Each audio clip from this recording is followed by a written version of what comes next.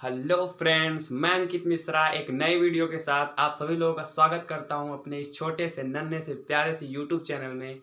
So friends, आप लोग इस यूट्यूब चैनल से ज्वाइन करने के लिए इसको सब्सक्राइब कर लीजिए और अधिक से अधिक हमारे वीडियो को शेयर कीजिए। तो फ्रेंड्स, हम लोग पढ़ रहे हैं क्लास 10th की मैथ, जो कि चैप्टर 1 है रियल नंबर। उसको हम लोग पढ़ रहे हैं और हमने इस पर एक वीडियो भी बना चुका है जो कि पार्ट 1 है। उसको आप लोग जरूर देख के आएगा, तभी ये वीडियो आप लोगों को अच्छी तरह से समझ में आएगा। तो हम लोग थोड़ा बहुत उस पार्ट 1 का रिकैप कर लेते हैं कि हम लोग पार्ट 1 में क्या क्या डिस्कस किए थे। तो सबसे पहले हम लोगों ने पढ़ा था वास्तविक संख्याएं, यानी कि वास्तविक संख्याएं क्या होती हैं। ऐसे नंबरों का समूह, यानी कि सभी नंबरों का समूह जिसमें नेचुरल नंबर भी हो, होल नंबर भी हो, इंटीजर भी हो, और सभी संख्याएं, परिमेय संख्याएं, अपरिमेय संख्याएं, सबका जो समूह होता है उसको हम कहते हैं वास्तविक संख्या। यानी कि वास्तविक संख्याओं की जो फैमिली होती है उसमें आता है नेचुरल नंबर, होल नंबर, और सभी संख्याएं जो है वास्तविक संख्या में आती हैं।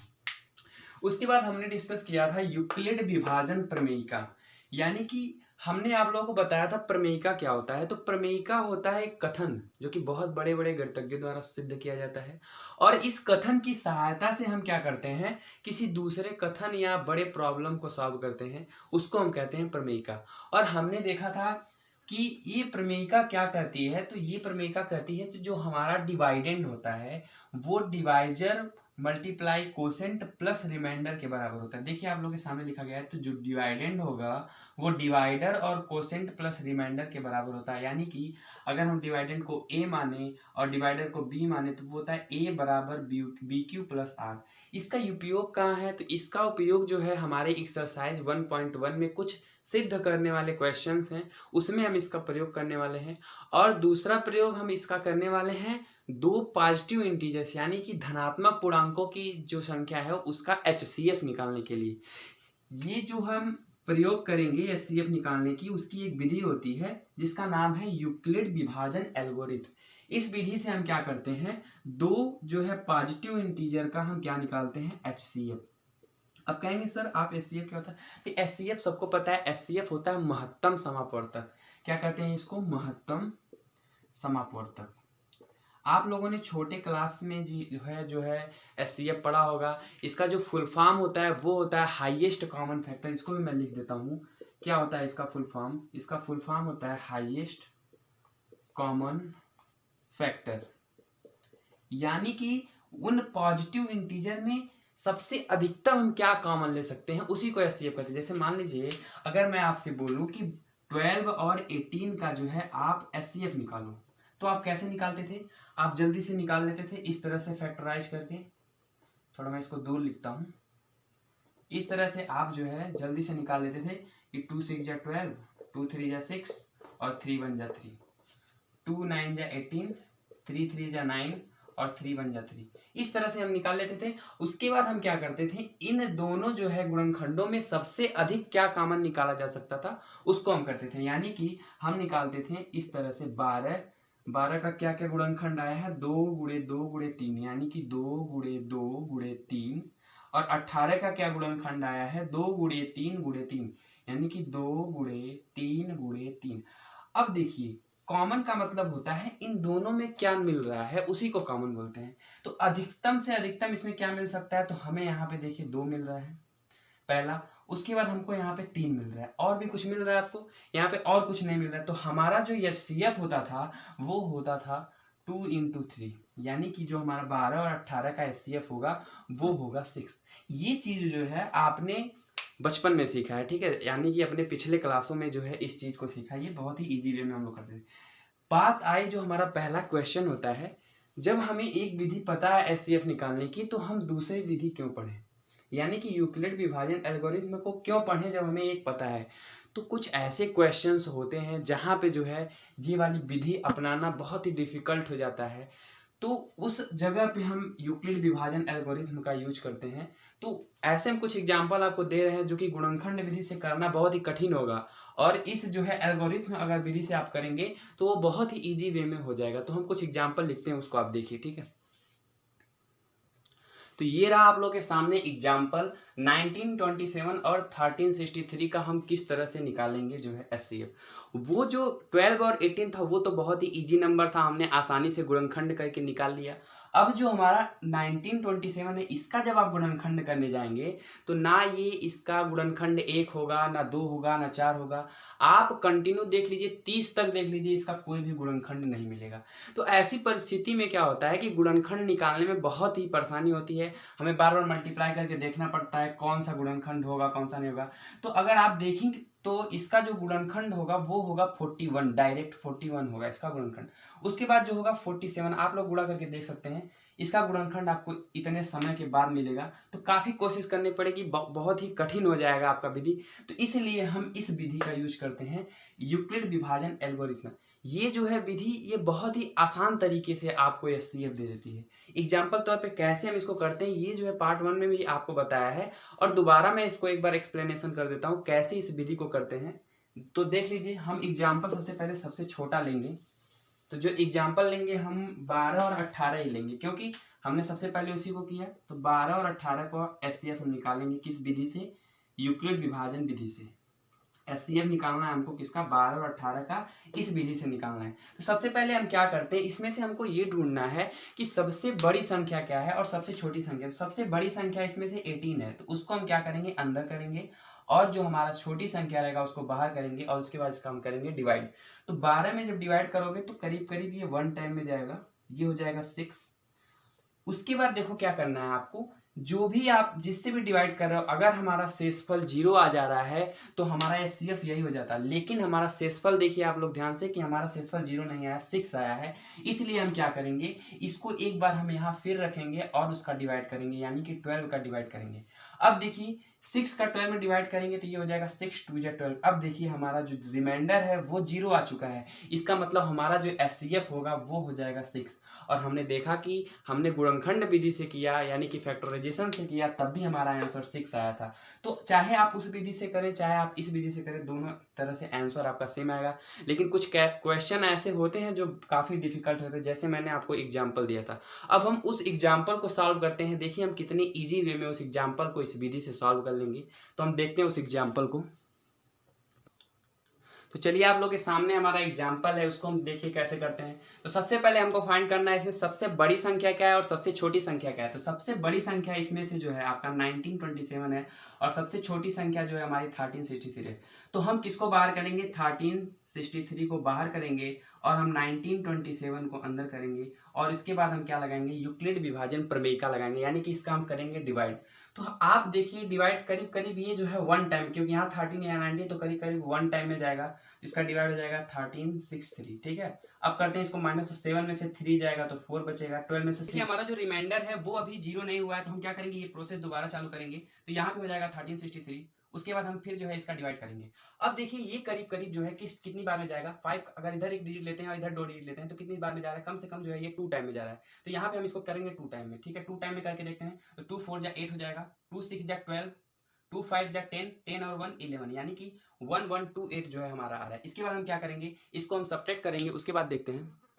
अब इसको कर लेते हैं सब्ट्रैक्ट। तो सब्ट्रैक्ट करेंगे तो हमारा आएगा 13 में से 8 जाएगा तो 5 बचेगा, यहाँ पे बचा 5, 5 में से 2 जाएगा तो 3 बचेगा, और यहाँ पे बचा 3, 3 में से 1 जाएगा 2 बचेगा, ये हो जाएगा 0। अभी भी देखिए हमारा रिमाइंडर जो है वो 0 नहीं है, तो फिर हम ये प्रोसेस चालू करेंगे और यहाँ पे लिखेंगे 5 6 4, ठीक है। अब देखिए ये करीब करीब जो है 2 का यहाँ अगर एक डिजिट लिया जाए, यहाँ भी एक डिजिट, तो 2 2 जा 4, यानी कि 5 से कम आ रहा है। ये डिवाइड आप लोग को आता ही होगा उम्मीद करता हूँ। तो ये जो है आपका 2 बार में जाएगा, देख सकते हैं। तो 2 5 जा 10 हो गया, 2 3 जा 6 और 1 7, 2 2 जा 4, ठीक है। 470 आ रहा है। अब इसको हम माइनस करते हैं तो ये हो जाएगा 4, 60 में से 7 जाएगा तो 9 बचेगा, ये हो जाएगा 0, ठीक है। अभी भी हमारा रिमाइंडर जो है वो 0 नहीं आया, तो फिर हम प्रोसेस चालू करेंगे, 235 हो जाएगा। फिर देखिए ये करीब करीब जो है 9 2 जा 18, यानी कि जो है ये 2 टाइम में जाएगा, देख सकते हैं आप लोग। 2 4 जा 8 हो जाएगा, 2 9 जा 18, 188 आ रहा है, ठीक है। 15 में से 8 जाएगा तो आपका बचेगा 7, यहाँ पे हो गया 12, 12 में से 8 जाएगा तो 4 बचेगा, और यहाँ पे हो जाएगा 0। अभी भी हमारा रिमाइंडर 0। जब तक आपका रिमाइंडर 0 नहीं आ रहा तब तक ये प्रोसेस चालू रहेगा। जैसे ही 0 आएगा तो जिससे वो डिवाइड हो रहा है वही हमारा एचसीएफ होगा, ठीक है। तो देखिए हम प्रोसेस फिर चालू करेंगे तो ये हो जाएगा 94, और फिर इसका हम डिवाइड करते देखिए अब ये 2 टाइम में जो है हमारा 94 आ गया, ठीक है। 47 टू तो देखिए हमारा जो है रिमाइंडर वो 0 आ चुका है, इसलिए जो हमारा FCF होगा वो होगा 47। तो उम्मीद करता हूँ ये सही है, समझ में आया होगा आप लोगों को। तो देखिए हम कितने ईजी वे में, जल्दी वे में जो है इसको कर लिए। अगर फैक्टराइज करते तो हम करते ही रह जाते, ठीक है।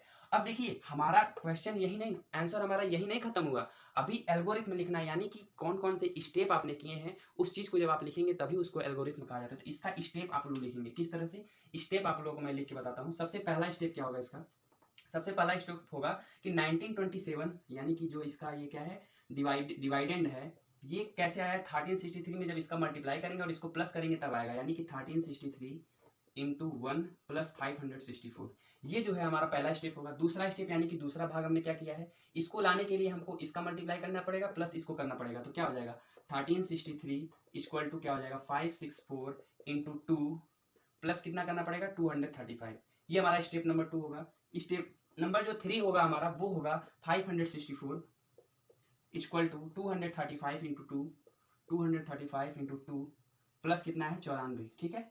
अभी जो चौथा हमारा स्टेप होगा वो होगा 235 इक्वल टू 94 इंटू 2 प्लस जो है 47, ठीक है। और हमारा जो पांचवा स्टेप होगा जिसमें हमारा 0 आ गया है वो हो जाएगा 94 इक्वल टू 47 इंटू 2 प्लस 0, ठीक है। अब यहाँ पे आप लोग लिखोगे कि हमारा जो रिमाइंडर है वो 0 है, इसलिए जो है इसका SCF क्या होगा, इसका SCF जो होगा हमारा वो 47 जो है इसका क्या हो जाएगा SCF हो जाएगा। तो उम्मीद करता हूँ ये चीज आप लोगों को समझ में आया होगा। ये एग्जाम्पल बहुत ही मतलब इजी था और बहुत ही इजी वे में आपको बताया। तो सबसे रही बात कि इस स्टेप को आपको लिखना है, क्योंकि आपसे बोलेगा कि यूक्लिड विभाजन एल्गोरिथम का यूज कीजिए, तो एल्गोरिथम और कुछ नहीं होता है, एल्गोरिथम वही चरण ही होता है, ठीक है। तो चरण जितने चरण में हुआ है इसी को एल्गोरिथम कहते हैं। तो ये जो सवाल है ये 5 चरणों में हुआ है, ठीक है। तो आपके सामने एग्जाम्पल था कुछ, और अब हम लोग बढ़ते हैं एक्सरसाइज की तरफ। तो एक्सरसाइज की तरफ बढ़ने से पहले आप लोगों से विनम्र निवेदन है, रिक्वेस्ट है कि आप लोग जितने भी एक्सरसाइज के एग्जाम्पल्स हैं उसको आप लोग पहले ट्राई करें। अगर आप लोग को नहीं आ रहा है समझ में तो आप लोग प्लीज कमेंट करें, उसका मैं सोल्यूशन आपके जो है डिस्क्रिप्शन या फिर कमेंट में भेज दूंगा, ठीक है। और हम बढ़ते हैं एक्सरसाइज की तरफ। तो जो हमारा नेक्स्ट एक्सरसाइज है वो एक्सरसाइज 1.1। तो फ्रेंड्स जो हमारा एक्सरसाइज 1.1 का जो पहला क्वेश्चन है उसको हम लोग देखते हैं कि निम्नलिखित संख्याओं का SCF ज्ञात करने के लिए यूक्लिड विभाजन एल्गोरिथम का प्रयोग कीजिए।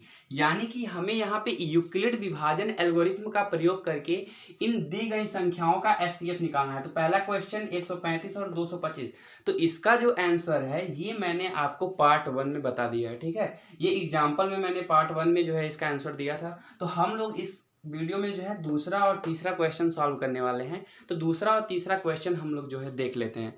तो हमारा दूसरा क्वेश्चन है, तो दूसरा क्वेश्चन है 196 और 3,08,220 का जो हमें SCF ज्ञात करना है, ठीक है। तो सबसे पहले हमें क्या करना है, इसमें से देखना सबसे बड़ी संख्या कौन सी है उसको हम क्या कर लेते हैं, अंदर कर लेते हैं, ठीक है। और जो हमारी छोटी संख्या है उसको हम क्या कर लेंगे, बाहर कर लेंगे। और सेम हमें कुछ नहीं करना है, इसका डिवाइड करना है, ठीक है। तो आप लोग देखिए 19 वन 19, इधर देखिए और इधर देखिए 2 डिजिट, तो 19 2 या 38 हो रहा है, ठीक है। यानी कि ये करीब 2 टाइम में नहीं जाएगा, मैंने चेक किया, तो ये सिर्फ 1 टाइम में जाएगा, ठीक है। तो 1 टाइम में जाएगा तो ये हो जाएगा 196, क्या हो जाएगा 196। अब हम इसको क्या करते हैं, सब्ट्रैक्ट कर लेते हैं। तो 12 में से 6 जाएगा, 6 बचेगा। यहाँ पे बचा 7, तो 17 में से 9 जाएगा तो वो बचेगा 8, और यहाँ पे बचा 2, तो 2 में से 1 जाएगा, 1 बचेगा, और बाकी हम 2 को इस तरह से उतार देंगे, ठीक है। अभी देखिए हमारा जो है डिवाइड खत्म नहीं हुआ, अभी तो हमारा डिवाइड चलेगा, ठीक है। अब जो है 2 उतर गया, अब फिर हम 196 का टेबल पढ़ेंगे जो है इससे ज्यादा ना हो, ठीक है। तो हमें टेबल तो 196 का आता नहीं है, तो इसलिए हम यहाँ से देखेंगे, यहाँ 1 डिजिट 2 डिजिट लेंगे और यहाँ पे जो है 3 डिजिट लेंगे। तो करीब करीब देखिए ये 9 टाइम में जो है डिवाइड इसका जाएगा। तो 9 टाइम में कितना होता है 54, और 9 9 जा 81, और 5 जो है 86 होगा, और 9 1 जा 9, और 8 कितना कैरी है तो वो हो जाएगा 17, यानी कि 1764 आएगा, ठीक है। 12 में से 4 जाएगा तो हमारा बचेगा जो है 8, यहाँ पे बचा 5, तो 15 में से 6 जाएगा तो हमारा 9 बचेगा, यहाँ 7 हो गया, 7 में 7 जाएगा 0 बचेगा, और 1 में से 1 जाएगा तो 0 बचेगा, ठीक है। बाकी बचा हमारा 0, तो 0 हम उतार लेंगे यहाँ, फिर हम डिवाइड करते हैं। तो ये देखिए करीब करीब जो है 5 टाइम में जाएगा, ठीक है। तो 5 टाइम में अगर हम डिवाइड करेंगे तो हमारा टोटल जो है आ जाएगा 5 6 जा 30, 5 9 जा 45, और 3 48, 5 1 जा 5, और 3 5 और 4 कितना हो जाएगा 9 हो जाएगा, ठीक है। और देखिए हमारा जो है रिमाइंडर 0 आ आ गया। ठीक है, अब देखिए आप इस क्वेश्चन में जो है हमारा रिमाइंडर पहले ही डिवाइड में 0 आ गया है, इसका मतलब हमारा जो एचसीएफ होगा वो 196 होगा। हमें जो है और आगे बढ़ने की यानी कि आगे बढ़ने की प्रोसेस नहीं करनी है, तो हमारा जो एचसीएफ हो जाएगा वो 196 हो जाएगा। ठीक है, तो उम्मीद करता हूँ ये क्वेश्चन आपको समझ में आएगा। तो हमारा नेक्स्ट क्वेश्चन जो है तीसरा, उसको देखते हैं।